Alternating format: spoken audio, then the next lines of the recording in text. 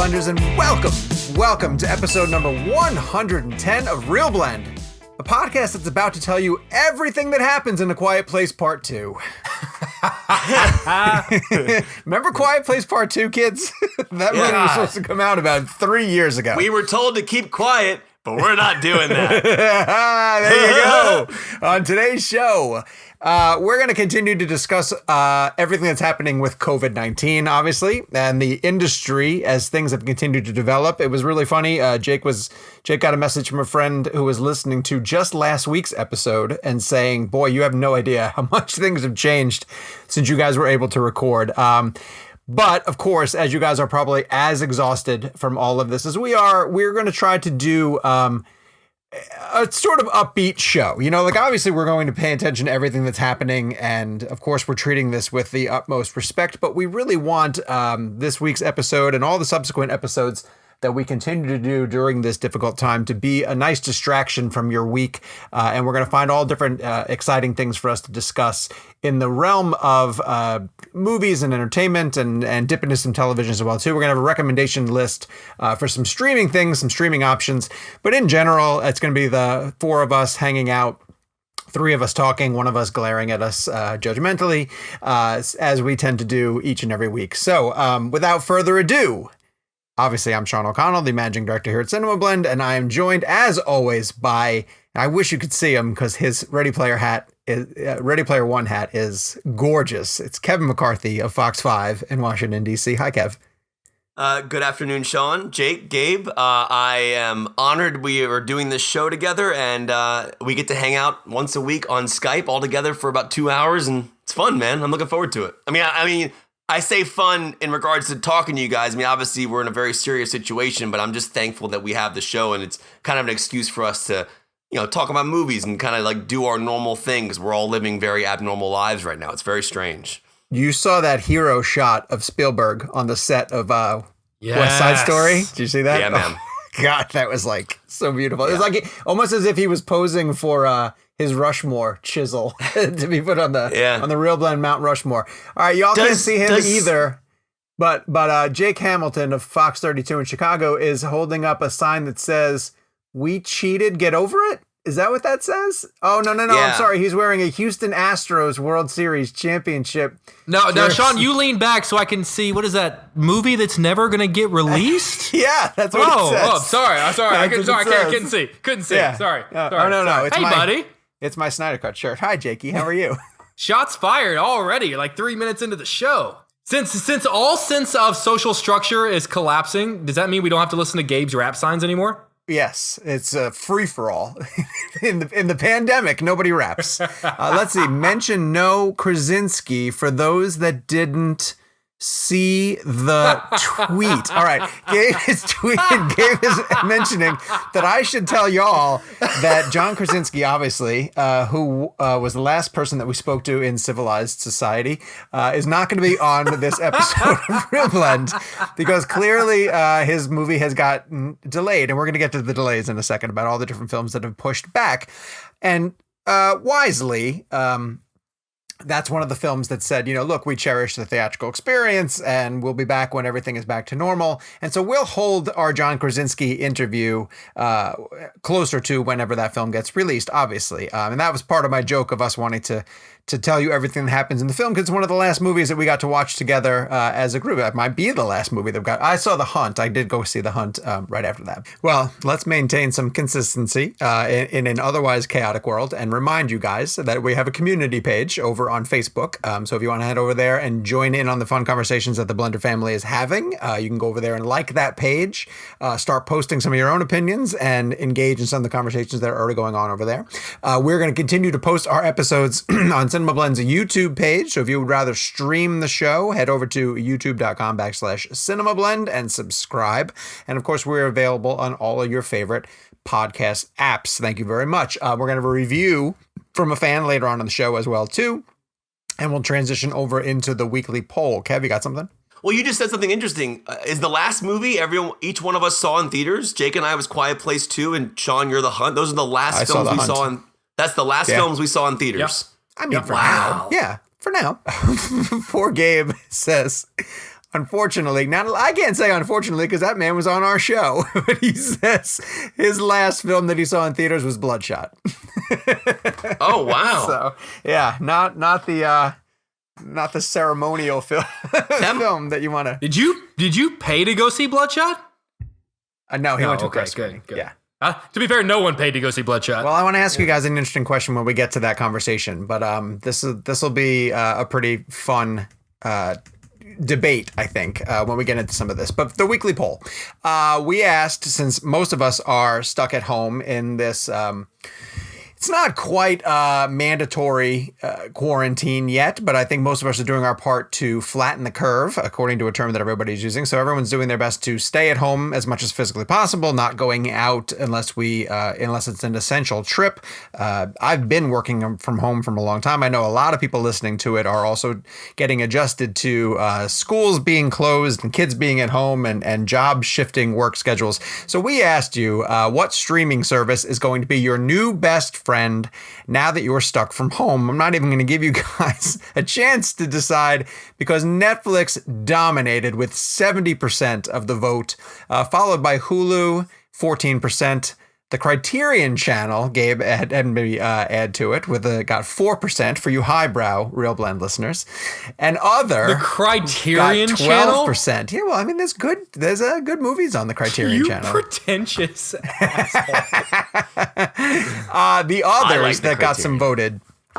Disney Plus. What is got a lot. Criterion? Criterion is a brand of DVDs. Yeah, essentially. It's good. It's a collection of movies. Armageddon has a Criterion collection. Damn right, Armageddon has a Criterion edition. Yes, it does. Wait, Armageddon has a Criterion? Yeah, it does. That makes me so happy. I have it too. Yeah. Michael Bay made a Criterion movie. No one can ever mess with him. And you know what bothers me so much? The cover is black and it just has the crest of the earth on fire and it says Armageddon and it's just left or just right of off center, just right of center. Like it's a gorgeous logo that's not center in the middle of the box. And that drives me absolutely nuts every time I look at it. Start talking. Let's see if I can find it. Hold on. Start talking. I actually just looked on my shelves to see if it was there, but it was not there. It does make me happy that Michael Bay has a film, because I always found Criterion to me was always synonymous with like Wes Anderson. Like Wes Anderson would, I remember that. Yeah, Wes Anderson look at the logo. It's off center. That's a DVD, right? Not a Blu-ray, right? Yeah, it's DVD. Doesn't that drive you sure nuts? That's not a bootleg? That looks like a fake movie. Well, I wasn't bothered by it until you just showed it to me. Yeah, that's really annoying. All right, but the question would be, if you could Criterion any of Bay's movies, which one would you choose? Would it be Armageddon? No. Armageddon is my favorite Michael Bay movie. If I could Criterion one of his movies, it'd be The Rock. I think it would be The Rock for me as well, too. But they chose Armageddon. Oh, stop your crying. I love Armageddon. Armageddon makes me cry every time. I have no problem with that being a Criterion film. And Michael Bay is a great director, and I have no problem saying that. So let's go. Neither does he. Yeah. All right. Talking points. Let's get serious for a little while, folks, before we... Wait, are we getting serious or are we having a lighthearted show? Well, we're going to have a lighthearted show, but we have to discuss some of these things that are going to devastate our world, essentially. They're turning our world on its head. Sean made an interesting point at the beginning of the show that I wanted to clarify that I think is interesting. I did. This is a very serious situation, as everyone knows. And then talking movies, people could say, oh, that's trivial. And I want to say that I feel like the entertainment industry and the people who are being affected by this, it's not just a movie being delayed. It's jobs, it's people's lives, it's people's work. So while movies may be trivial, there are thousands of people connected to the films that are being delayed that may not be able to work for a certain amount of time. So it is an important discussion. It's actually a very important discussion because it affects our economy. It affects our lives. So I don't think movies are as trivial as people are saying they are. I think that entertainment, what's happening, listen, at the end of the day, human lives is the most important thing. We all know that. But sure. I do feel like this is a very important subject matter. I really do. And to your point, Kevin, I've actually gotten more texts and messages from people over the last 7 to 10 days saying, dude, can you please, I need an escape. can you please recommend a movie or a TV show or something? Which is why I've started doing these top 5 lists. My boss came to me and was like, dude, like we need you to break up the show. Like stop doing like such heavy coronavirus stories. Like he goes, I'm not telling you to like, dance around and whatever, but like I've started doing these like top 5 like series to binge. And Kevin, I know you're doing the same thing. Like I agree with you 100%. This is nothing to joke around about. This is a very serious thing. But I also think that to a certain degree, movies and TV, they're an escape for people right now. And I think that that's important for people to be able to, just for a second, to cleanse their mind, to turn off their local news and press play on some mindless entertainment. Well, here's one thing that's making it very difficult to do that, and this is where we're going to start. Something that I thought we would never see in our lifetime, all the major theater chains closing their locations. Now, you don't think about the industries that are affected by something specific as a virus that is spread through people being close to each other. And it was fairly interesting in my opinion to see the stages of the movie theaters trying to react to like you saw them go to we're going to limit 50% of the theater. Yeah, 50% of capacity so that you don't have to sit too close to everybody if you choose to go see a movie. The other one became then they just straight up closed. Then it was Regal Cinemas closed. It was AMC Theaters, Cinemark. They all just shut down for an indeterminate Bowtie number of time. Bowtie is a theater? That's a cinema. Yeah, we have Bowtie Cinemas in our area. I think it's a nationwide cinema chain, but they closed right around the same time Regal did. I was surprised Regal closed before AMC. I thought that was kind of surprising to me. It was inevitable. I think they were both just looking at each other, which was kind of fascinating. Now, part of the reason why they're closing is not just because of the you can't sit too close to anybody, or we're talking about social distancing, but in about a week, they were looking at having no new films to talk about, because the other thing that happened was the production halts or the release date pushbacks on almost every major film coming. And it was... I think all the studios were kind of looking at each other like, who's going to be the first one to blink?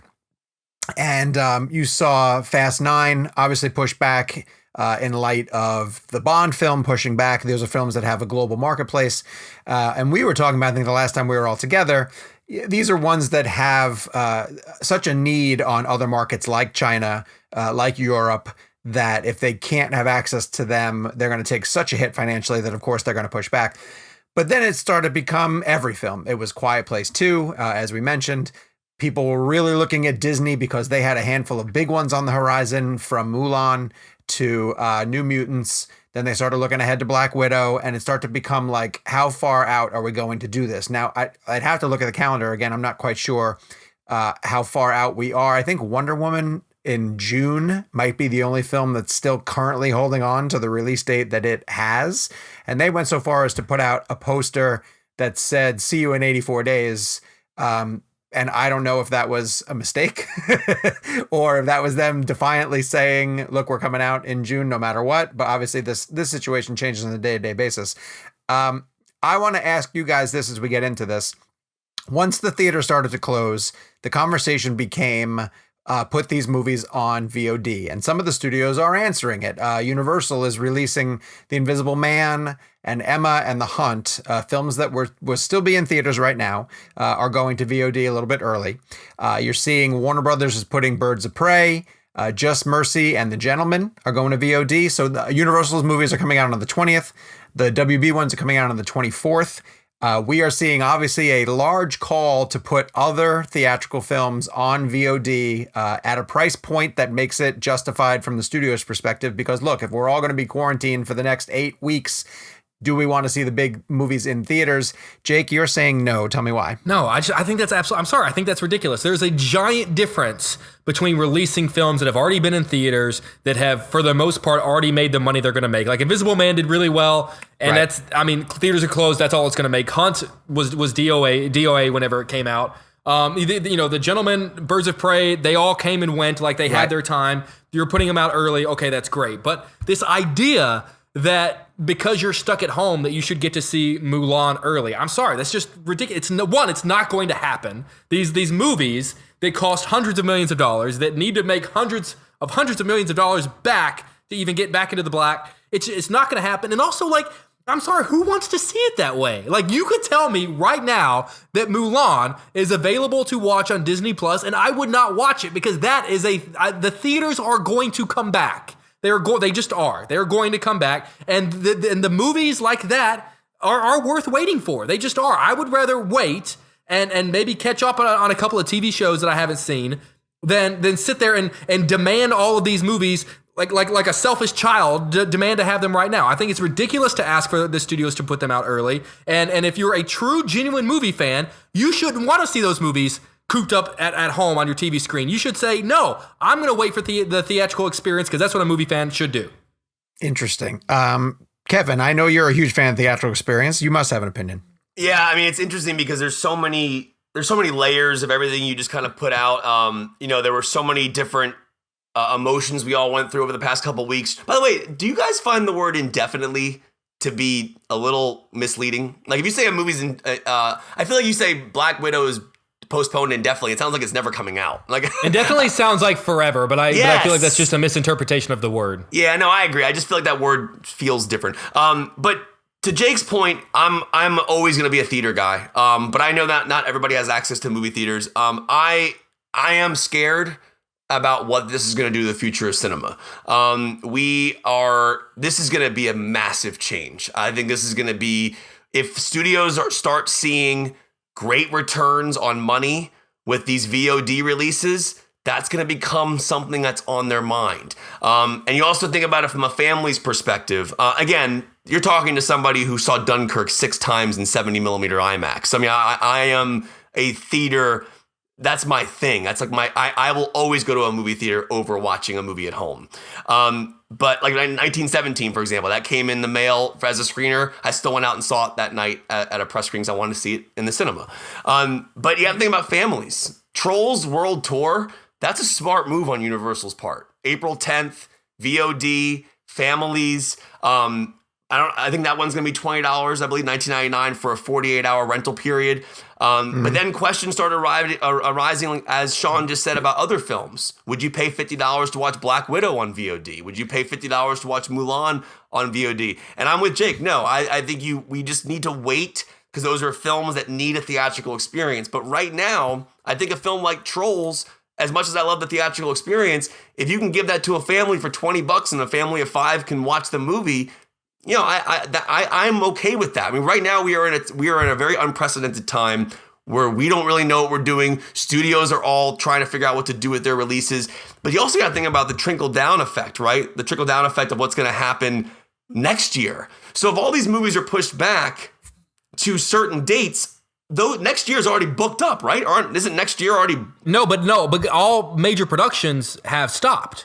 So Jurassic Park is supposed to come out, but they just stopped production. So all the movies that were supposed to come out next year might not come out next year. So it might just shuffle everything back a year. I see what you're saying. It's going to shuffle everyone's release date. And then Black Widow's move is interesting because, as we know with the MCU, and Sean, you might be able to tell me this, the MCU shows, Falcon and the Winter Soldier, WandaVision, those are all tied, obviously, to the MCU movie storyline, They right? are. Yes. So clearly, because it's the same characters, same actors. So whatever happens in Black Widow probably has something to do with what's going to happen in the story of Falcon and the Winter Soldier and the other MCU shows. I'm assuming, Sean. I mean, that's just my assumption. So yes, it could. Do you have to hold Black Widow back? In order, think about that for a second. Like if Falcon and the Winter Soldier can't come out because Black Widow hasn't gotten the story there yet. Yeah, that becomes a problem of a connected universe. Yes, that's become one issue of a connected universe. I think the issue is you have to take all these on a sort of case-by-case basis, because while I would agree with you that a film like Mulan probably deserves to be seen on the big screen based on what they were shooting for with an epic storyline, I could return that with New Mutants, which is a movie that has been delayed and delayed and delayed and delayed and delayed. And I just feel like it would benefit that movie to make it available to people next weekend. But then you're picking and choosing certain movies, and that's where it gets dangerous. Yeah. But would you argue that if we are going to be picking and choosing, more often than not, you would put a movie into the wait for the theater category? Yes, until you mention something like Black Widow. I ask myself personally, as a Marvel fanatic, would I pay $50? Yeah, I think I'd watch it at home for $50. If each one of us got an email right now, I barely want to pay to see it in theaters, to be honest with you. I can't wait to see it. I thought that new trailer was awesome. That's just me. I'm so excited for it. I'm very excited about it. And I wasn't because because of her Black Widow dying in Endgame. I was like, how are there any stakes? But the Florence Pugh character is really what's interesting to me. Wait, let me put it in a perspective that Jake would appreciate. Let's say that this was happening to us last year, and you were coming up on Solo, a Star Wars story, knowing nothing that you know about Solo, and they were offering it for $50. 100% wait 100%. I don't. I think you're lying. Jake, I love you, but I don't buy that. Like, Okay, let's put this in Kevin's perspectives. Tenet. Tenet? You pay to watch Tenet at your home, or you wait, Nolan style. If Tenet was sent to me today, and they said you might not be able to watch this for a year, I'd wait a year. I'd wait. Wow. I don't think you would. Well, I mean, to be fair, we kind of come across this a lot at the end of every year, where we're sent screeners for movies that we haven't seen. And every once in a while, we're sent a fairly big screener. I remember, I don't know why this one comes to mind, but I remember one year getting the screener for Les Mis. And I mean, that's a big screen spectacle of a movie. Yeah. And I knew that I had the junket in like 2 weeks. And I put the screener down and thought, I'm just gonna wait. Like, I'd rather see it on the big screen. This exact conversation is why it's what the studios are probably talking about. You know what I mean? Like, how do you choose which films we do this with? Now, Mulan's reportedly a $200 million film. You put that on Disney Plus Premium or whatever for $50. Families will definitely watch it. I know they will. Now, that being said, I would wait for the theatrical experience because I want to see that on the big screen. But it comes down to, like, the question you just asked, Sean. That's why this is such a hard discussion. If Black Widow was sent to me right now, I would watch it for $50. I would, because I'm curious about it. But then you run into piracy. Then piracy becomes a major issue. Sure. Then it's spread. Once it's out there, it's game over. It's done.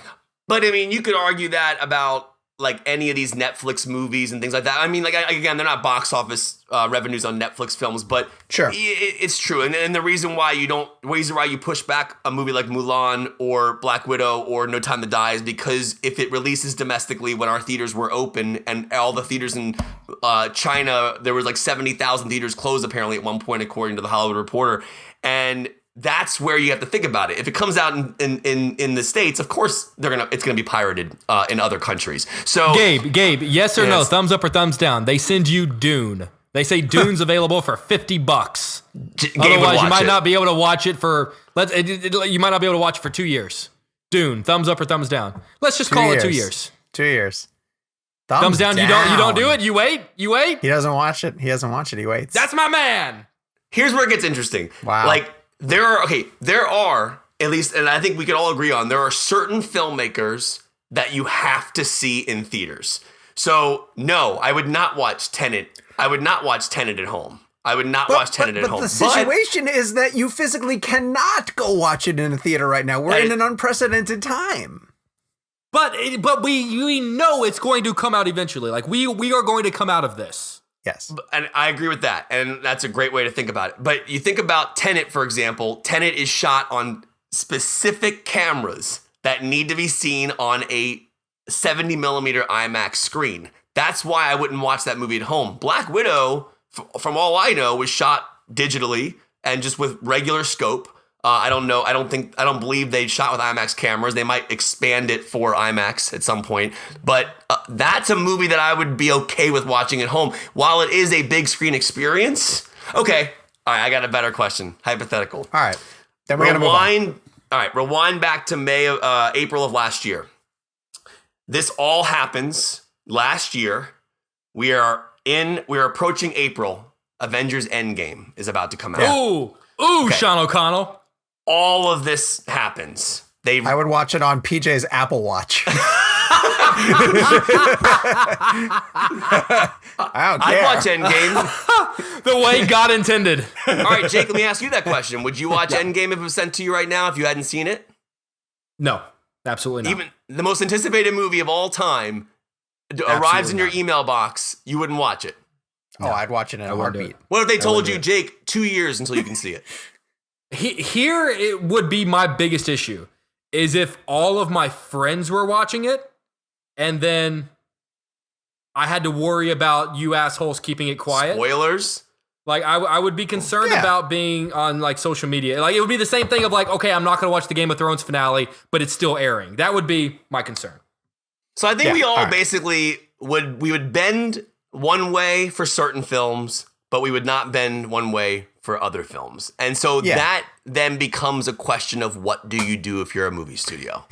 What do you do? Well, they're still trying to figure it out. I don't know, Will. What are we going to do? I don't know, Will. What are we gonna do? All right. Well, what we did was come up with some quarantine deals.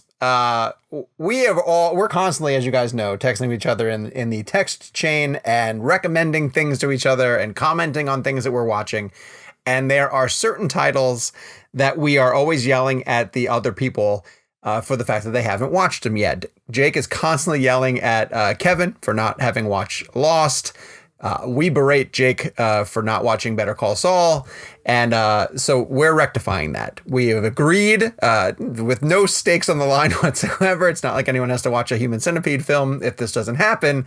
But we've agreed to take on certain shows that we're finally going to catch up on while we're stuck in this quarantine situation. Jake, you are going to finally start watching Better Call Saul, or you have started watching Better Call Saul. How far into season 1 are you? Well, we made the deal at least one episode a day. I have been trying to tackle at least about 2 a day. So I'm 6 episodes in, and I just texted Kevin. I just came across the episode that hooked me. The episode that I went, okay, I'm in this now. And ironically, it was an episode that had very little to do with Saul Goodman. It was an episode about Mike, played by the great Jonathan Banks. And it was basically an entire Mike episode, who I always thought was one of the most fascinating characters in Breaking Bad. And I texted Kevin instantly. I was like, holy crap, dude. I just watched the episode. I no longer am watching it because of the deal that we made. I'm watching it because now I'm in. Jake sent me a text and he goes, I just watched this episode. I knew exactly which one it was. He knew. I didn't even tell him what it was. He goes, is it the episode where XYZ happens? I go, that's it. And what's funny is I actually think that today Kevin's about to watch that episode of Lost. Yeah, it's interesting, because Jake and I have been going back and forth over the years. Jake's the one who got me into Breaking Bad, and then I just fell in love with Breaking Bad. Breaking Bad is my favorite show of all time, and I know Sean wants to speak heavily on Saul as well. But we all get behind, and then you just don't go back to these shows. I just never went to Lost because I was like, I just have so much other stuff to catch up on, and so I'm so happy we did this because now we're forced. Between our friendships to watch this. And I know Jake was hesitant about Saul because the first 2 seasons of Saul are a slow burn, but a slow necessary burn, because once you get to 3, 4, you're in Breaking Bad level territory of quality. That is a bold. If there were anyone else making that statement, I wouldn't believe him. But that is your favorite show. Yeah. Well, and I like what Jake said too. Jake was like, If this is the slower part of the show, then I'm in for a treat. Yeah, because 1 and 2 they establish a lot of necessary characters that will be significant to later storylines. The Kettlemans? Yeah. And there are very interesting ways to look at these experiences that we're doing. Like Jake just said, I'm already hooked on Lost. I already love it. But I'm excited about this episode called Walkabout, which I'm about to watch after we record. And I'm probably going to knock out one or two more episodes than that. My wife, Lauren, is obsessed with Lost. She's seen the whole show twice. So she has all the Blu-rays, and I've been watching it at home on a 4K, and it looks unbelievable. They shot 35 millimeter. Larry Fong was the DP on those movies. Isn't he Snyder's guy? Snyder's boy. Yeah, that's Larry Fong shot, Lost was shot 35 mil. Abrams directed those first 2 episodes. They're very, very well done. Doesn't it look pretty damn good for a 16-year-old show? It looks phenomenal on my TV. And so it's interesting, Jake and I are going through this experience now where he is now, Saul was something that you tried and didn't love, and then I had the same experience with Saul. I watched seasons 1 and 2, thought it was good, but it wasn't blown away, and then my dad texted me, he goes, Kevin, I'm in the middle of season 3 right now, you have to start this. And then he was 100% right, and Sean knows what I'm talking about. The show just becomes, I was missing that feeling in my life when Breaking Bad ended, and Saul has brought that back. And to Jake's point about Mike, Jonathan Banks, who's one of the greatest actors working today, no one talks about how incredible he really is. The scene that Jake is referring to is early in season 1. We're learning about Mike's story and his own family, and there's a scene where he's on a couch, which is very, very emotional as he tells this story to his son's wife. And it is just brilliant. Oh, I writing. remember now. I was trying to think of That's the episode. I was trying to think what scene you were talking about. And that's that scene. Saul is a show that could have easily been just done to bank off of Breaking Bad. And I genuinely feel like I'm watching what the story really was before Breaking Bad. Like everything leading into Breaking Bad, this is exactly how it went down. And it doesn't feel like a cash grab. It doesn't feel anything like that. It feels like we're just living in the world. And what's weird about Better Call Saul, I don't know if Sean feels the same way, Walt and Jesse are running around somewhere, right? Like they're running around in this world. We just haven't seen them yet. They are. Yeah, It's and I crazy. don't even know if I want to. It almost feels like that would be a distraction. We will. I don't know. That'll be curious to see because I found myself, I've become so invested in the other characters that are part of that narrative. And I don't want to talk about much with Jake still sort of figuring it out. But one of the things that was really, really smart about what they did, well, first off, Vince Gilligan has come out and said that they didn't know at all what they were doing with the first season. Like they thought it'd be a fun idea to do a show around this guy, but they thought he was going to become Saul Goodman by the end of the first season. I love Jimmy. Don't you love Jimmy? No, I love Jimmy more than anything. Jimmy McGill is who Saul Goodman actually is. And you become so much more invested in that character that I almost hate Saul now. And I don't want to, again, it's hard to discuss. Don't say anything. Yeah, it's hard to discuss because I don't want to give away too much. And so I guess what we're trying to say to you guys is if you ever loved Breaking Bad but didn't feel like Better Call Saul was a show for you, we're all here to tell you, and Jake is about to find out, like it's a show from the people who brought you Breaking Bad.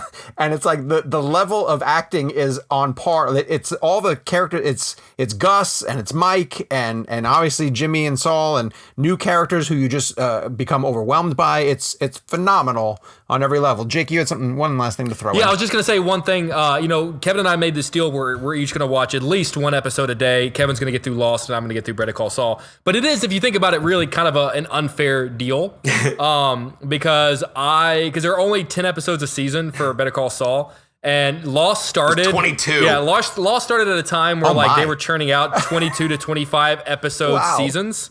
There are 122 episodes of Lost. Oh my. So my idea is that whenever because I've always wanted to rewatch Lost, and I've always I've probably rewatched the first season 3 times and then didn't proceed further. So I had this idea, and I haven't even pitched it to Kevin or anything, that I would get through Better Call Saul, find out where you are in the show, Kevin, and then start watching it with you to kind of like, that could be my rewatch, because by that point you were probably going to be done. So sweet. Well, because I've rewatched the first season 1,000 times. I don't need to rewatch the first season, but I wouldn't mind starting like around the second season and going from there. So by the time I get through Saul, you'll be somewhere in the middle of the second season, and then you and I can just tell me when you're going to press play, and I'll press play with you. Definitely, and I would love to do that because I'm really enjoying watching Lost, and I'm really enjoying like talking to Jake about like theories I have and characters I have. Before we move on, I want to tell Sean a theory, and this is not a spoiler whatsoever about Better Call Saul, Jake. So you're totally fine. It's going to be a spoiler. But I have a theory about season 6 of Better Call Saul, and this is going to be no spoilers at all. Bet you So we're in season 5 right now. I bet you. No. Jake, you're fine. Jake, you're fine. No, because I don't even want you to say like spoiler, this character, dude. That character, because I don't want to. Jake, I promise you, this is not a spoiler. If it is, you can punch me in the face next time I see you. I think season 6 of of Better Call Saul is gonna be in the exact timeline of season 1 of Breaking Bad. Yeah, and we're gonna see the entire season of Breaking Bad, season 1, on the flip side. That would be pretty of badass. Saul's storyline. That's because he doesn't show up till season 2 of Breaking Bad, right? Right. The last scene of Breaking Bad could be him because he gets that phone call to don't they call him to go get what's his name out of jail? They do. Badger, Jesse's friend, Badger. They call that's why he comes into the show, to get Badger out of jail. So the last scene of Better Call Saul could be him getting that phone call that they need help getting Badger out of jail. You're projecting too much of what's not going to happen. You know, that would be amazing. Look, I'm an expert with this freaking show, all right? I've seen 6 episodes. But we projected amazing things for Rise of Skywalker, and look what turned out with that one. We projected Rise of Skywalker, and Jake didn't even get a copy of it. Everyone got a copy except the guy that actually liked the movie. So I don't have a show to stream, or I didn't because I was. Can we give you one? Well, I'm gonna reveal what I'm doing right now. Oh. Yes. Well, I'm all caught up on Westworld, and you can watch my reaction videos over on Cinema Blend's YouTube page. But at the urging of one Jake Hamilton, starting this evening, Michelle and I are going to start watching The Leftovers. Yes! Yeah. So I'm pretty excited for The Leftovers. Lindelof, baby! Lindelof for the win! Now, Jake said something about The Leftovers, and I know essentially the concept of The Leftovers. I know that like 2% of the people, is that what it is? 2% of the world's 2% population? of the world's population. Disappears, just up and disappears for no reason. And this is about the people who are left over. But you said the first season is like an 8 out of 10, and then seasons 2 and 3 are some of the best things you've ever witnessed in your entire life. Well, the first season is based on a book. Yeah. And where the book ends is where the first season ends. The same last thing. And then basically Lindelof started working with the writer of the book and kind of sort of went, well, what happens now? Because both the first season and the book kind of just stop. It just ends. There's no real conclusion. And that's so interesting. the first season is solid, you know, but they still had to work within the constraints of what the book was. And then once they're kind of free of the pages and they can really go wherever they want to go is when it turns into one of the best TV series I've ever seen in my entire life. Okay. Jeez. See, I watched, not only in addition to our text, I watched your thing on Fox 32 and you got me super excited. And so we're going to start that tonight. And the finale is great. Doesn't it always suck whenever like whenever people ask me about Dexter, I'm always like, yeah, it's great for like 4 years. And then it really starts sucking and the finale's horrible. So I always feel weird telling people to like watch it. The finale is fantastic. Right. So like you're heading towards something great. But that's what people say about Lost, don't they? What's your show? Yes, rightfully so. What's your show? The finale is great. My show for Gabe is. I want Gabe to watch. I actually was going to pitch Gabe to watch The Leftovers. Actually, Gabe, you should watch Love Is Blind. It's really good on Netflix. I actually like Love Is Blind. I'm sorry. I thought it was fun. If anybody out there likes... God, you are so married. You are such a married man. First of all, Jake, you watched The Circle at home by yourself. Oh, wait, I heard that was The good. Circle is an interesting social commentary that was horrible. Oh, it was horrible? Well, it leads to a finale that's crap. Oh. Just like Dexter. Did you guys hear that there's like Big Brother candidates who were sequestered in the house who didn't know about coronavirus? They were just also? told today. They were just told today. Like Jared Leto style. I found that to be a misleading headline because and the Big Brother Germany thing, and from what I understand, for people who out there don't know what we're talking about, there was a headline that went out that the Big Brother Germany cast was going to find out about the coronavirus for the first time on live TV. So from what I read, most of the cast was in the house by February 6th. Coronavirus was already a thing at that point. It wasn't a pandemic. It wasn't as big as it is now, but it was a thing at that point in China. I believe there were 4 other housemates, from what I read on, I believe it was The Guardian, that moved in on at the beginning of March. So clearly those people at the beginning of March knew about the coronavirus. Did they not tell anybody in the house about it? So I found that to be I don't know if that's necessarily true. I could be wrong. My facts could be wrong. But if they were in the house by February 6th and some of them came in at the beginning of March, I feel like they probably knew about it. Do you know what we're going to get? I guarantee this. Jersey Shore is going to do a coronavirus season where like 1 or 2 of them will be infected and they'll put them into the house and have them react. Because I just feel like those personalities would react. Like they'll stoop to that level, right? Where you'll start to see some really gross tactics. Oh no, what are you showing us? Just a little, I always like to throw in like a piece of breaking news that comes out during the show. Apparently this is what it took. George R.R. Martin reveals that because he is self-isolating due to coronavirus, he will finally be finishing The Winds of Winter. Okay, great.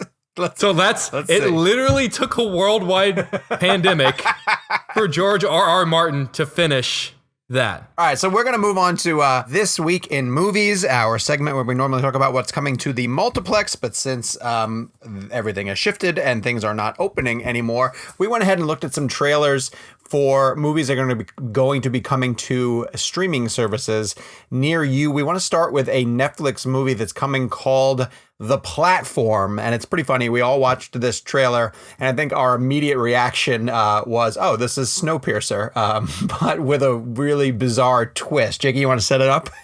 Yeah, it's basically some sort of a prison that is vertical. It goes up and down, and every floor there are a couple of people. And I guess the top floor is people who are not in prison, and they get to eat a meal every night. And then whatever is left over, that table goes down into the prison level per level per level.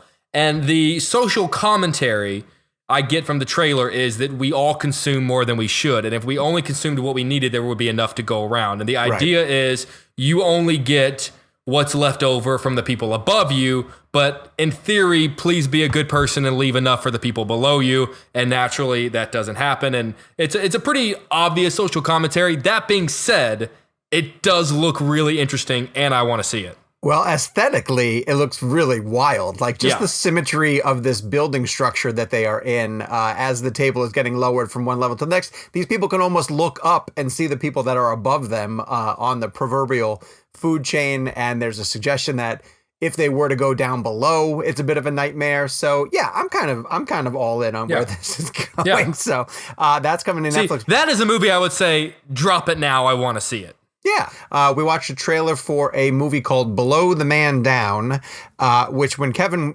phrased it, said it looks like a Fargo ripoff, and I can kind of see that. It looks a little bit like two girls who are getting deeper and deeper into a crime, and the more that they try to cover up everything that's happening in the situation, things keep getting worse for them, and they keep trying to cover their tracks and figure out where it's going to go. But it has Margot Martindale in it, who I tend to really like a lot, and it's kind of fun. Like whenever you get a character actor like that who shows up in a streaming project or just a project that you're curious about thinking about, that type of actor can just pull you in with their performance. You can be like, oh yeah, I'm gonna dial in and see what they're gonna bring to the table. Yeah, Kevin was talking about earlier in the show how Jonathan Banks, who plays Mike in both Breaking Bad and Better Call Saul, is sort of one of the most underrated actors working today, and I would agree. But I would also say that about Margot Martindale, who is absolutely incredible.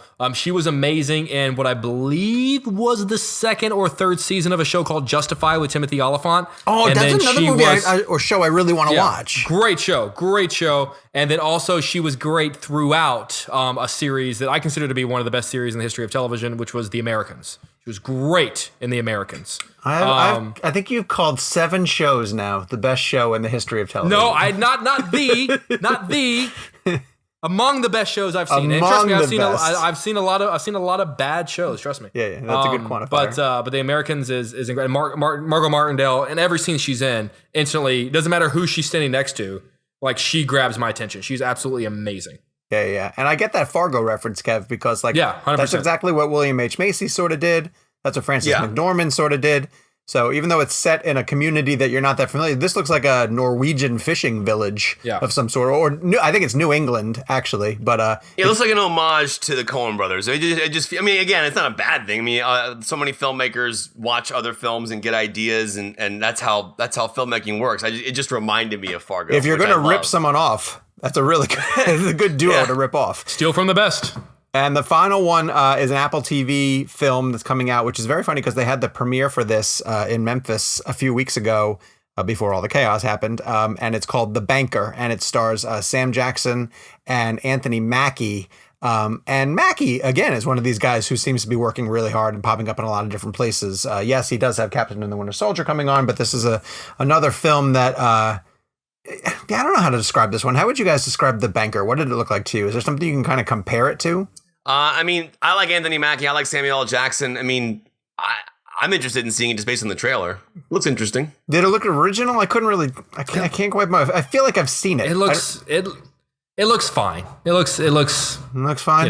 Yeah. All right. I guess that we'll wait and see if these other ideas come to streaming services. And in addition to that, that's what we want to get to next. It's just some recommendations that we have for things that we have either watched or are about to start watching. I know Jake has one that he wants to throw out there because it's, again, when I watched that Fox 32 segment, Jake, you're sending people to Hulu to watch Friday Night Lights. Yeah, I mean, Friday Night Lights is... See, now I can't even say it because you're just going to give me shit for it. But it is genuinely one of my all-time favorite TV shows. Here's the deal. There's a difference. Best TV show. There's a giant difference between my favorite TV shows and TV shows that I would consider are the best TV shows I've ever seen. You know, like The Americans is truly, truly great television. But it's not. I wouldn't put it in my top 5 favorites. It's a slow burn. I probably wouldn't watch it again. Like Friday Night Lights. I mean, it's about football in Texas, small town way of life. It's very much how I grew up. Sure. Kyle Chandler, who is actually one of my favorite actors, Coach Taylor, that character is just astounding. That has one of the best marriages in the history of Connie Britton, in the history of television. Him and Connie Britton are absolutely incredible together. Beautiful show, wonderful score, a lot of explosions in the sky, which it's a band I'm a big fan of. And it's just an amazing show. And like the best sports movies, it's not about sports. A lot of people are like, "Oh, I don't really like football, so I'm not going to like it." It doesn't matter. You shouldn't need to like football to like Friday Night Lights. Sure, of course, naturally, football is an element of it, but it's just an amazing show. And if you never got the chance to see it, you're really missing out. And I can honestly tell you this: I've never recommended it to someone who didn't come back and say, "That's one of the best shows I've ever seen in my entire life." Every person who I've recommended that show to comes back to me and says, "Thank you so much for recommending that." No one comes back and says, "Oh, I couldn't finish it," or "I didn't get into it," or "It wasn't my thing." Everyone comes back and says, "That show is amazing." Aren't there a bunch of young actors too that sort of break out of it? Yeah, Michael B. Jordan is in it and fantastic. Taylor Kitsch, it's really kind of where he got his start. Okay. But yeah, it's an amazing cast. Journey Smollett Bell is in it. Oh, no kidding. Really, yeah. Really, Minka Birds Kelly, of Praise, Journey Smollett Bell? That's exactly right. So it's an amazing cast, 5 seasons, pretty easy to, here's the one thing I will tell you, the beginning of the second season, maybe just the second season in general, it's a little wonky and kind of just ends briefly. It just ends suddenly because that was when the writer's strike was happening. Oh, okay. So it just stops. So if you're wondering, wait, what the hell is going on? Yeah. It's because they were in the middle of the writer's strike and it picks back up with season 3 and kind of fixes itself. But that's the one little blemish, I would say, on an otherwise perfect show. All right. Kevin has 2 movies that he wants to recommend. Before I throw to him, I'm going to throw to myself and just say that on Netflix, I started getting into Schitt's Creek. So this is a show that Michelle gets up super early in the morning. She's up by 5 and she's moving around the house and she gets an hour to herself before she starts waking the rest of us up. And so she uses that time to binge a lot of television, and she has rifled through shows like Marvelous Miss Maisel and Handmaid's Tale. And she started doing Schitt's Creek, and I started waking up for a couple of weeks straight of just her bellow laughing in the kitchen. And she would come up and say "You have to watch this show. It's so damn funny." And I don't know why, I just never connected. I just didn't start it, And so one day while I was traveling and I was stuck in the hotel room, I thought, all right, I'm going to fire this up while I eat some dinner here. And it was just laugh out loud funny. And why wouldn't it be, right? Once you realize who's involved, Eugene Levy and Catherine O'Hara and then the younger actors, who one is Eugene Levy's kid. I didn't know the concept of the show, and I don't want to give it away to anybody until you find out what it is, but it's really, really funny. That explains how they get into their situation. But the show also has, in addition to just multiple laugh out loud moments in every single episode, has a lot of heart. You get to invested in them as a family. The townsfolk that live in Schitt's Creek are all bizarrely small town, and it is just some of the sharpest satire I've seen. So if, like me, you put off a very long time getting into Schitt's Creek, it is flat out hilarious. And they're quick binge episodes. Yeah. Don't watch The Office for the umpteenth time. Give a new sitcom a chance. I feel personally attacked by that comment. I didn't necessarily want to aim that at you, but I'm saying they're 20-minute episodes, and that's something you can get through really, really quickly, and it's super bingeable. I've always wanted to know this. I know the show is called Schitt's Creek and it's spelled differently than the curse word, but how do they get away with saying it on TV? It's Netflix. Well, no, Schitt's Creek was on network for a while. Wasn't it was on a Canadian network, right? Was it really? Oh, no kidding. Yeah. Yeah. Oh, so that's interesting. why I don't understand. Like, but even when they go to like the Emmys or whatever. But I mean, like, I say it on TV whenever we talk about it. I think it's the same reason. Like, you know, if like in The Gentleman, if someone's last name is fuck, you say it because that's what you know. Just because it That's sounds interesting. like a swear word. Jake, there is no way that you would go on local television and say the F word if it's someone's last name. There's no way you would do that. You have to. You wouldn't do that. Your You station have to. wouldn't. You cannot say no one's last name. You could not say that name on the air. You would get fined. You absolutely have to. There is no. Oh my god! I would It's love. pronounced Mr. Bullshit. Yeah, there is no way you would drop an F-bomb on TV, even if it was a last If name. it's someone's name, it's someone's name. It doesn't matter what it sounds like. You say, if water's going over a dam, you don't say, well, I can't say that because it sounds like a swear word. Like it's a thing. But damn is actually an actual physical thing. The F word is a curse word. Damn is a physical thing that exists. But if you can make an argument for that. But like in The Gentleman, if someone's name is PHUCK, like Okay. who are we to say that we can't say that person's name? Let's use Schitt's Creek as an example. It's based on the last name is SCHITT. Right. His I last will name give is you. shit. I will give you the perfect example. If someone's last name in a movie Yes. was the F word, would the MPAA allow that past a PG-13? I'm sorry, prior to a PG-13. There's no way they would let that happen. It would be considered the F word, and you know that. You telling me that they would be able to make a movie with a guy with the F word his last name and keep it PG-13? There's It's no a good way. debate. I have no idea. If I don't know the there were answer. a major news story, a major Right. breaking worldwide news story, Uh-huh. and at the center of it was a doctor whose Dr. last Fuck. name was fuck, Right? Dr. Fuck. we would have to, as journalists, you have to say it. You have to. You don't have a choice. You don't have a choice, You would Kevin. actually get fined.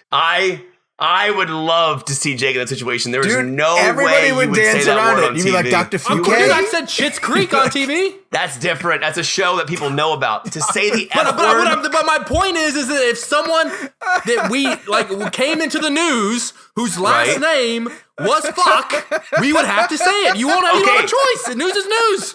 I'm still waiting for your answer to my question. love Would a this. movie still get a PG-13? That's not what we're if talking someone's about. I don't know. Probably not. But that's not. But a movie is not news. No. I'm asking you a question.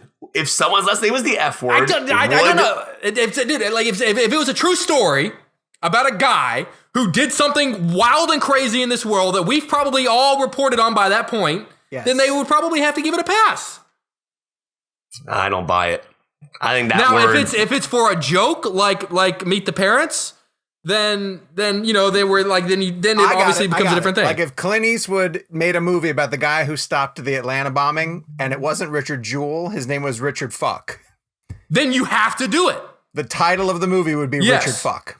Yeah. that would never happen. It But we're happen. talking hypotheticals, Kevin. Hypothetically, if a guy came into the news whose last name happened to be fuck, we don't have a choice. As journalists, we have to say it. Literally, we're saying whoever comes up with the coronavirus cure, like they're gonna make a movie about him someday.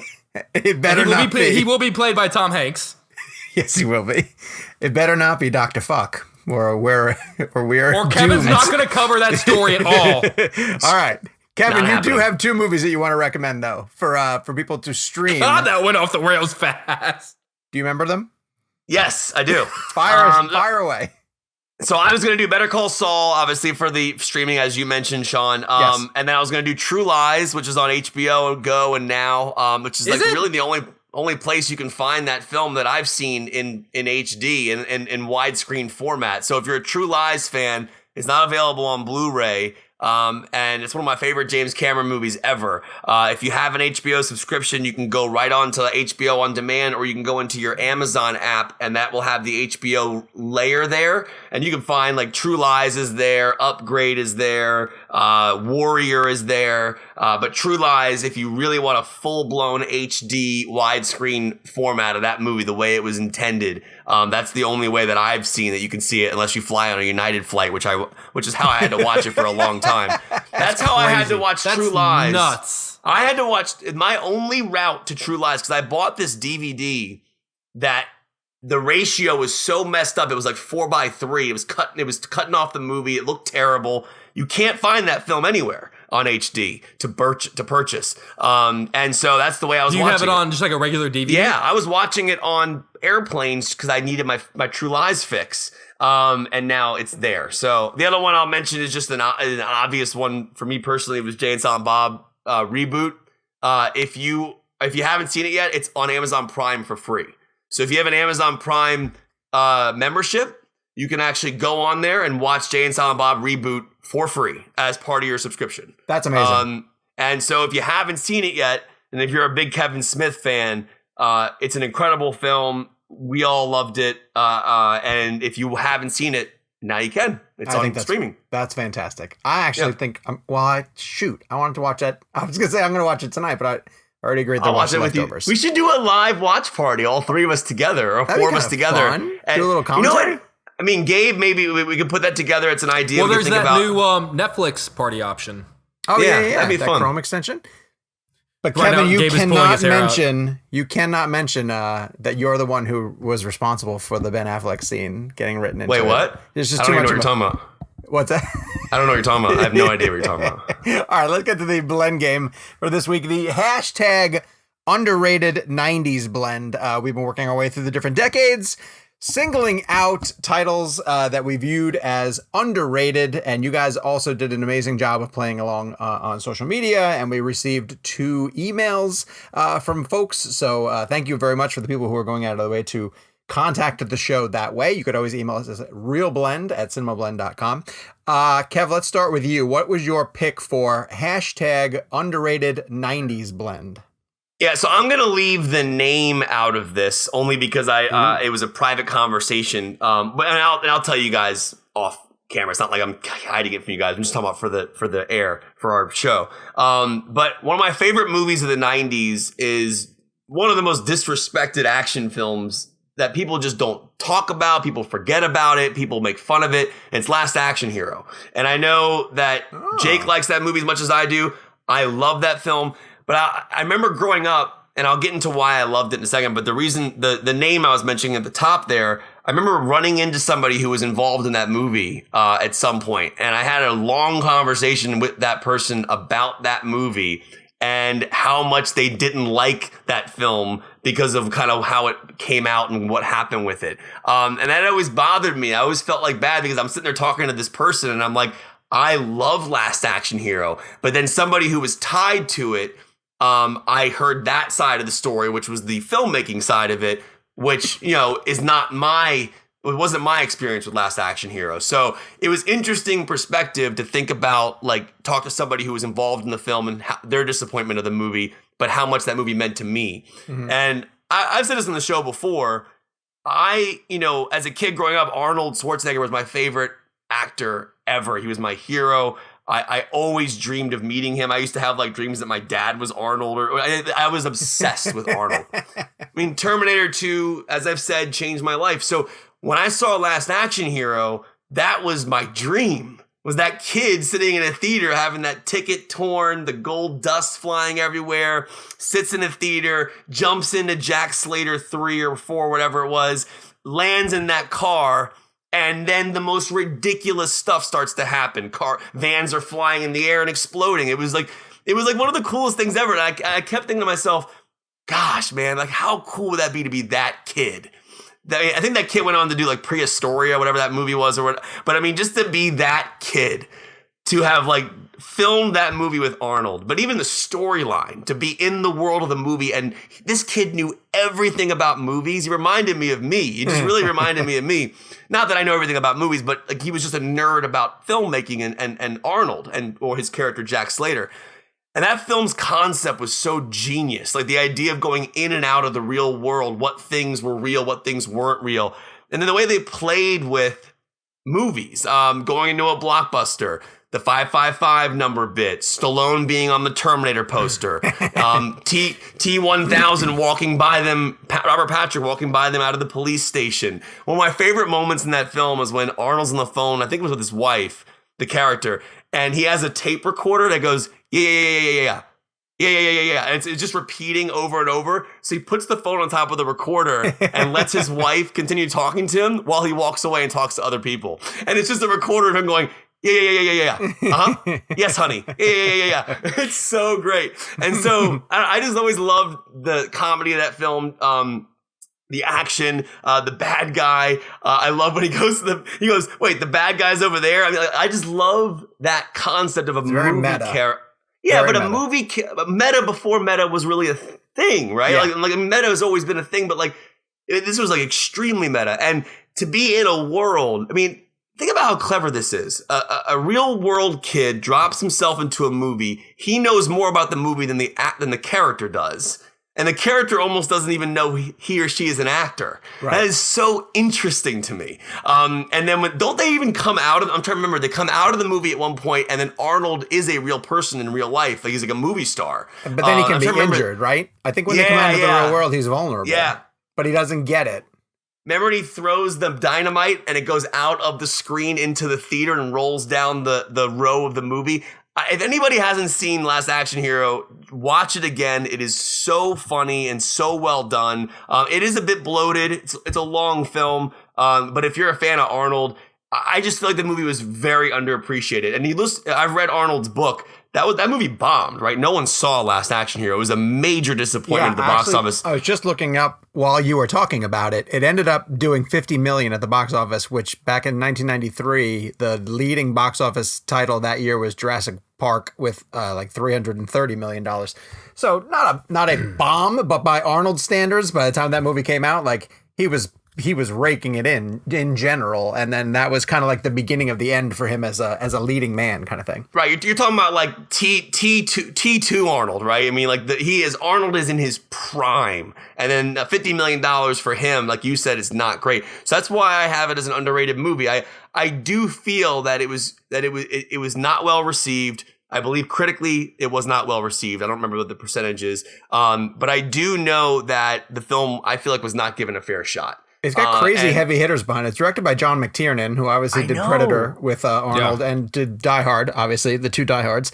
Co-written by Shane Black also, too. You know, that's where that humor comes from, I think. Look who the other co-writer is. Yeah, Zach Penn, who was a guest on our show. Who did Ready Player One. So it's like there's so many cool, like, different ways to look into that film. That is my underrated 90s pick. I love that movie, and I will never be afraid to say that. Jakey, what do you got? Okay, so... You know, it's all about trying to figure out whether or not a movie really is underrated or why it's underrated. And I'm sort of torn about this movie that I've chosen because I've always been told that don't say Jurassic Park. No, I would never. I've always been told that people don't like this movie. The lead actor in this film has told me to my face that he doesn't like this movie. It's got a 43 score on Metacritic, but on IMDb, it's got a 7.2 rating. So I'm not quite sure how people feel about it, but it's at least mixed enough so that the lead actor has told me, dude, that is not a good movie. What and that is it? Meet Joe Black. Oh, interesting. It's not a good movie. Love Meet Joe Black. See, there you go. Whenever the quote unquote romantic films that I love tend to always have some kind of like a weird twist to them. And this is such a, if you don't know the premise, it's basically a remake of Death Takes a Holiday, which is, Anthony Hopkins plays sort of this media mogul who is basically about to die. And death comes to him to take him. And death just so happens to be in the body of a guy played by Brad Pitt. But Death looks like Brad Pitt.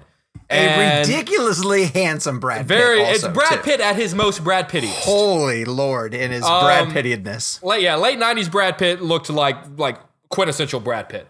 And so they make a deal where he says, okay, basically like Death says, I'll give you a week to get your affairs in order and say goodbye to everyone you want to say goodbye to. But in that time, you got to sort of like show me around, like show me what this whole Earth thing is about. You know, give me a tour. Like to tell me what it is that you guys love about this world so much. And in that time, Death falls in love with a daughter of Anthony Hopkins. It's a great premise. I think Brad Pitt and Anthony Hopkins have incredible chemistry together, so much so that they've actually kept a pretty close friendship going over these years. They speak so fondly of each other. They just did one of those actors interviewing actors things this past Oscar season. Did they really? And it was fantastic. I'd watch that. Oh, it was great. It was so great. And the score is a beautiful, beautiful, beautiful score. In fact, it's so good that it's actually used elsewhere. They use it in a lot of movies. Like you've probably, even if you don't know that it's the Meet Joe Black score, you've probably heard it used in like other trailers and stuff. It's a gorgeous score. Really one of those like really kind of movies that makes you kind of stop and think about really what's important in life, you know, because he's this guy that, you know, like it's all about work and it's, you know, like family, like, yeah, family, you know, it hits all the sort of quintessential emotional beats that a movie about dying hits. You know, but it's, you know, that has a gorgeous cinematography. Some of the shots of, there's this beautiful shot that's image that they keep reusing over and over again. And in fact, it's actually one of my favorite teaser posters. And it's this bridge, and it's Brad Pitt just walking over this bridge. And it's like it's kind of like this little bridge in a garden. And in fact, we were talking about taglines a few weeks ago. The teaser poster was Brad Pitt in a tuxedo standing on this bridge. And atop the poster, it says, "Meet Joe Black." And the tagline was, "Sooner or later, everyone does." And I just love that. That's love pretty that. good. Love That's the pretty movie. Really got ripped apart by critics, but it seems like, I don't want to say like quote unquote like average movie fans like it, because with more than 200,000 ratings on IMDb, it's got a 7.2 user rating, which is pretty damn solid for IMDb. So, but I still think it is a really truly underrated romantic film. It's beautiful. It's gorgeous. You could argue that it's long. It was a two taper back in the 90s. It's 17 hours long. Two taper blockbuster. It's pretty long. It's like 3 hours. I remember the two tapers. The two tapers like Titanic. Heat was a two taper. Heat was a two taper.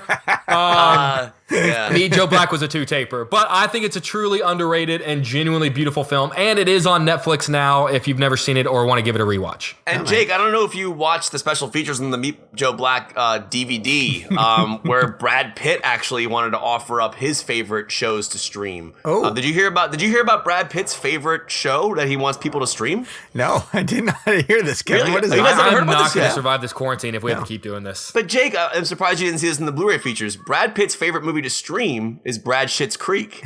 So it's a perfect time for that right now. So thank you, Brad. Thank you, Brad Pitt. I appreciate that. Thank you, buddy. Kevin, I never told you this too, but like when I did the Bloodshot junket and I got to interview Vin Diesel. Oh, okay. He told me about a project that unfortunately has fallen off his radar, but he was trying to remake a very famous Brad Pitt movie. Do you know what it's called? Oh, was it Pitch Joe Black? It was Meet Pitch Black. Oh, wow. I like that one. We were both right there. We were both there. we were both on that wavelength. We were Did just you a say little Pitch bit Joe off. Black? Yeah.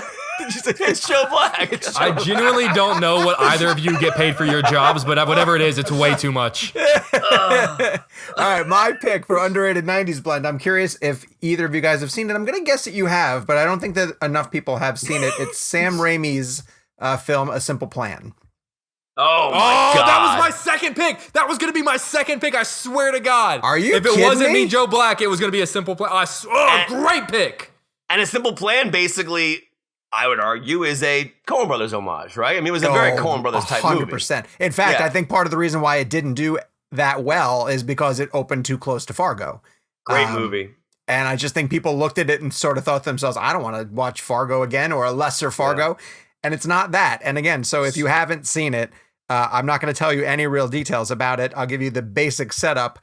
These guys go into the woods. They find a plane. The plane has $4.4 million, I want to say, in it. And they take the cash and try to decide how to sit on it and figure out like where the money came from. And as they start to learn details about the cash, and they each start to become kind of greedy about, well, one in particular becomes pretty greedy about wanting his share of the money. They just start making mistakes, and I'll leave it at that. And the mistakes keep It's one of my favorite movie endings. Yes. Such a great ending. It is a terrific ending. It's an amazing script. It's got incredible read the book? performances. No, I never read the book. Is it that different? I think Scott Ruin wrote the book. Great book. And then he wrote a His second follow-up to that was a book called The Ruins, also a great book if you get the chance. Okay. Great pick. Oh, that excites me so much. I'm so Sean, glad you picked that. I'm actually glad you picked that because my other underrated 90s pick was a Sam Raimi movie, actually, oddly enough. What were you going to go with? And this is not a joke. I'm not doing a pun. Any guesses you want to hand out? What else did Raimi? Darkman? Darkman, 1990. Yeah, Darkman's a good one. Darkman. Liam Neeson style. That movie is so underrated. It's funny because you mentioned Raimi. Like Simple Plan and Darkman, like that guy had a really interesting filmography over his career, from the Evil Deads to the Spider-Mans, and he did the Quick and the Dead too with Sharon Stone and DiCaprio. Yeah, I'm surprised he didn't call it the Quick and the Evil Dead. I have no idea why he didn't do that. No, but I genuinely think that Raimi had some sleepers. Sleepers is another underrated movie, by the way. Oh, The Gift also. The Gift too. The Gift. Yep. With Katie Holmes. Yeah. That's right. I remember that. Yeah. But then, The Gift. God, The Gift was so good. Kate You're bringing Blanchett. up like old school memories to me now. Yeah. The Gift. That was around the time period when I was like trying to sneak into R-rated movies. That was like, was that like late 90s? Was The Gift like 99 or 90? I don't remember Somewhere that around year there. now. Yeah. But God, he had some good stuff in the 90s. But Simple Plan is a really good one. And Darkman, Terrific. I'm just gonna cheat and say Darkman 2. You gotta watch Darkman if you haven't seen it. It's Also, awesome. Dark City. If you haven't seen Dark City, another Yeah. 90s underrated 90s movie. Now I don't know how you can stream Simple Plan, but if it's got to be out there somewhere. I will tell you. You know what, Sean? I'm actually glad you brought that up. Here's the website I use. I'll give them a free plug. Okay. There's a website called Decider.com. Yeah. All you do is you go to Decider.com, you type in the movie in the search, it will tell you every streaming platform it is on. Oh, that's cool. So right now, I'll tell you, Simple Plan, let's go to this story right here. Simple Plan is streaming on Amazon Prime. It's Nice. included with your Amazon Prime. So if you have a Prime membership, you can watch it for free. You can also rent it or buy it on Prime. And those are the only two places. So, for example, if you search Decider and you go type in True Lies, you'll only get HBO Go and HBO Nice. Now. But if you type in Jay and Silent Bob Reboot, it'll tell you that you can watch it on Prime. So anybody listening to our show who wants to watch a movie and can't figure out where it is, remember, you already have streaming services. So you have Netflix, you have Hulu, whatever you have, it might be on there. You just might not know it. Now, if it's not, they'll tell you where you can rent it for $3.99 or $5.99, whatever it is. It's faster than scrolling because that's what you end up doing. Best, man. I love that site. I use it for anytime someone asks me where they can find a movie streaming wise, I go there. I mean, and it's not a plug. They're not paying me anything, but it's a great site. Audience picks for underrated 90s blend. Jensen Hardage said, my usual pick here would be That Thing You Do, but I'm going to trust Sean will make that pick. So to give some more variety, I'll go with my second pick, which is Rounders. God, that's a great choice. Movie. Great Rounders movie. is terrific. Nikki says, Set It Off. I've seen a lot of films that definitely took inspiration from it, but never hear it Yes. acknowledged great in the movie. mainstream. Set It Off is a That's really great Queen Latifah, film. right? Jada Pinkett, Queen Latifah. Yeah, Queen Latifah. That was a really great movie in the 90s. That was 96, I want to say. Great soundtrack, too. And Pete, who's part of the Chicago Blenders, says the underrated 90s blend choice is Dark City, which Jake just mentioned. A fantastic cast, a unique story, and a great blend of sci-fi and film noir. A 90s must watch. Jennifer Connelly, right? Yeah, I believe so. Yeah. All right, for next week, you guys can reach out on Twitter or play along via ReelBlend at cinemablend.com and tell us your absolute favorite hashtag Jessica Chastain blend pick. We are doing the films of Jessica Chastain, the redheaded goddess who is known for It Chapter 1, Chapter 2. What's the Bin Laden one that she was in? Zero Dark Thirty. Zero Dark 30. And was she in Take Shelter? Was she in the Michael Shannon movie? Wasn't she his wife in that? Tree of Life. I know what my pick is going to be, and it's going to be for a very unusual reason. I will tease that for next week's Blend Game. So we have a review. This one this week comes from Not Kevin's Dad. And he says this is the real deal. Is he the first person to use that, or have people used the real deal before? My first love has always been film. From the moment I saw Pinocchio on the silver screen over 55 years ago, dang, someone older than me is listening to this show. I was totally and completely hooked, though I passed on a career in film to become a cardiologist. Film has been a constant presence in my life. Dad? No, it said not Kevin's dad.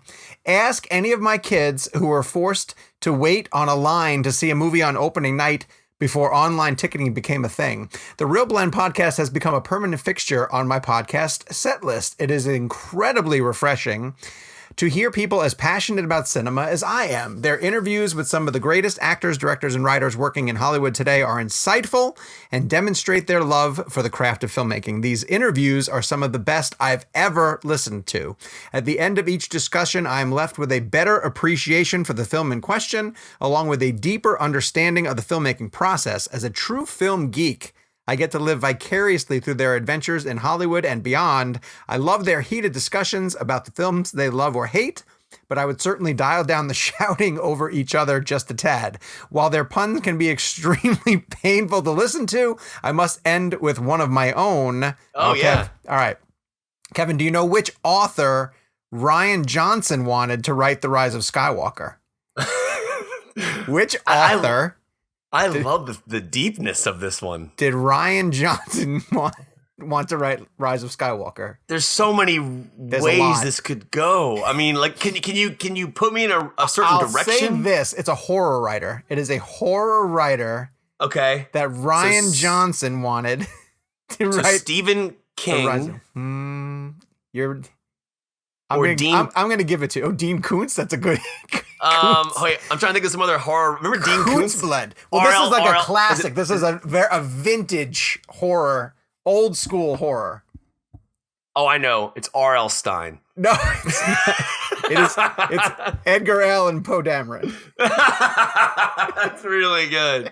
That's good. Oh, by the way, speaking of puns, Brad Pitt just texted me. He wanted to chime in on an earlier blend game we did about Tom Hanks. Oh, interesting. Good. So he said, have you told the guys my favorite Tom Hanks blend pick? He wants to know if you guys heard this yet. He was going to say it in his Oscar speech. He just didn't have time. I understand. They wrapped him. Yeah. Yeah. No, I don't. I'm not sure what this. Jake is scrolling. Jake, any word on Brad Pitt's favorite Tom Hanks movie? I'm just waiting on this episode to be over. Oh, all right. You and everyone else listening. Kevin, what is it? Brad Pitt's official Tom Hanks pick is Snatch Me If You Can. Jesus. What's wrong with that? That's a perfect pun. He was in Snatch, which is a great movie about stealing diamonds, and Catch Me If You Can with Tom Hanks. Right. Come on, that works. Yeah. All right. Sadly, we'll be back next week with more of this. Follow us online at Jake's Takes, at Kevin McCarthy TV, and at Sean_O'Connell. Drop us a review on iTunes or email it to us at ReelBlend@cinemablend.com. We will continue to try to be an oasis in the chaos, and we'll bring our normal blend of entertainment reporting and commentary to you guys next week. Until then, Dunkirk. Snatch me if you can.